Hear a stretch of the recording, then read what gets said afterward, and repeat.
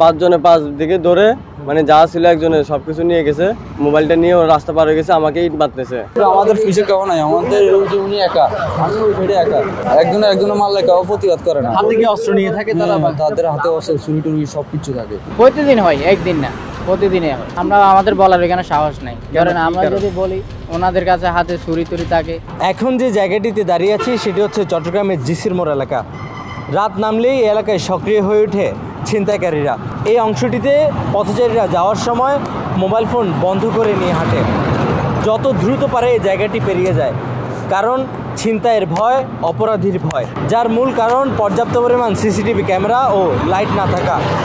এখন আমরা যাব চট্টগ্রামের একটি হটস্পট এলাকায়, যেখানে প্রতিনিয়তই এই ছিনতাইয়ের ঘটনা হয়ে থাকে।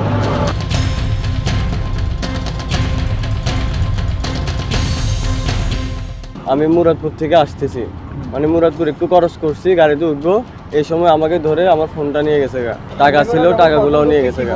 পাঁচজনে পাঁচ দিকে ধরে মানে যা ছিল একজনে সবকিছু নিয়ে গেছে, মোবাইলটা নিয়ে ওরা রাস্তা পার হয়ে গেছে, আমাকে ইট মারতেছে, আমার পিঠে 2-3টে ইট করছে, মানে এই পাথর নিয়ে আমাকে মারতেছে। আমি তো সামনে যেতে পারতেছি না, ওরা দৌড় দিচ্ছে, কিছু দেখায় নেই এমনিতে। রাত যত গভীর হয় ততই চট্টগ্রামের অন্ধকার সড়কগুলিতে বাড়ছে ছিনতাই সহ নানান অপরাধ। মুরাদপুর থেকে 2 নম্বর গেট এই এলাকায় কিছুক্ষণ আগেই একটি ছিনতাইয়ের ঘটনা ঘটেছে এক পথচারীর সাথে। আমরা তার সাথে কথা বলি এবং জানতে চেষ্টা করি।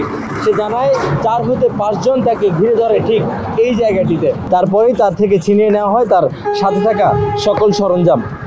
শুধু এই এলাকাটি নয়, চট্টগ্রামের নানান এলাকা, অন্ধকার নির্জন রাস্তাগুলিতে প্রতিনিয়ত বাড়ছে ছিনতাই সহ নানান অপরাধ।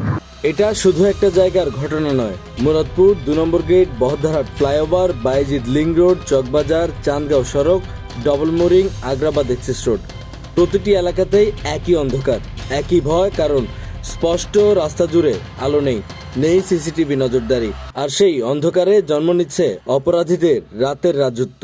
প্রতিনিয়ত ঘটনা এই জায়গাতে হয়, দৈনিক, এরকম কোনো দিন নাই যে প্রতিদিনই দুর্ঘটনা যেন আগড়া। কয়টা থেকে হয় মূলত?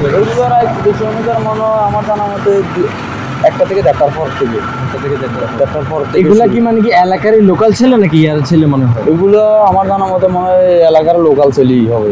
কয়জন থাকে খেয়াল করছেন কখনো? গ্রুপ আছে, 3-4 গ্রুপ আছে। 3-4 গ্রুপ আছে? 3-4 গ্রুপ আছে। না না, পুলিশের কোনো ফাংশন নেই। মানে কেন পুলিশের অভিযোগ? পুলিশের ভূমিকা নেয় না, পুলিশে এখন বর্তমানে বেআইনি হিসাবে আছে। পুলিশ এমনি রাউন্ড দেয়, আসে যায়, পুলিশের ফাঁকিবাদী দেয় আর কি, চোর পুলিশ খেলায় আর কি।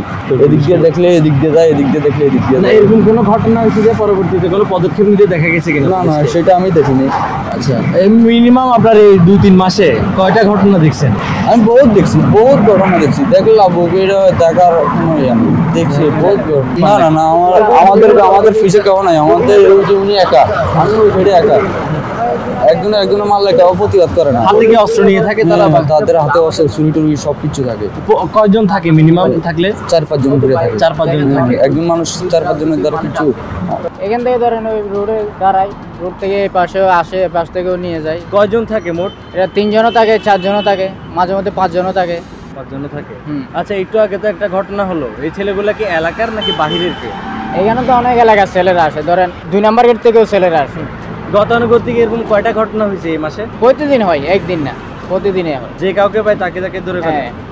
আপনারা কি মানে কিছু বলেন না নাকি বলার সাহস? না, আমরা আমাদের বলার এখানে সাহস নাই, কারণ আমরা যদি বলি ওনাদের কাছে হাতে ছুরি টুরি থাকে, দেখা যায় হয়তো আমি তো তাকে এখানে একা, এখানে আশেপাশে আর কোনো সিকিউরিটি নেই, ওই গলির ভিতরে 2টা আছে, ওনারা তো আর বাইর হয় না। আমাদের বলার, ওটা আমাদের কোম্পানির নিষেধ।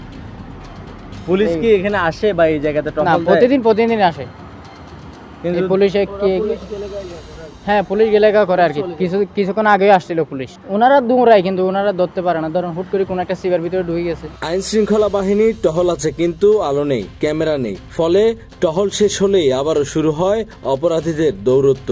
রাতে বাড়ি ফেরা সাধারণ মানুষ, শিক্ষার্থী, শ্রমজীবী, সবার মুখে একই প্রশ্ন: এ শহরে নিরাপদ হাঁটা কি সত্যিই সম্ভব? জনগণের নিরাপত্তাকে অন্ধকারে ফেলে রেখে দায়িত্ব শেষ হয় না।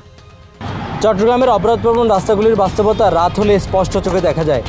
নিরাপত্তা যদি শীঘ্রই নিশ্চিত করা না হয়, তাহলে প্রতিনিয়তই বাড়তে থাকবে এই অন্ধকার, প্রতিনিয়তই ছিনতাইকারীর শিকার হবে, পথরোধের শিকার হবে পথচারীরা। Nazmul Islam, CSD news. চট্টগ্রাম।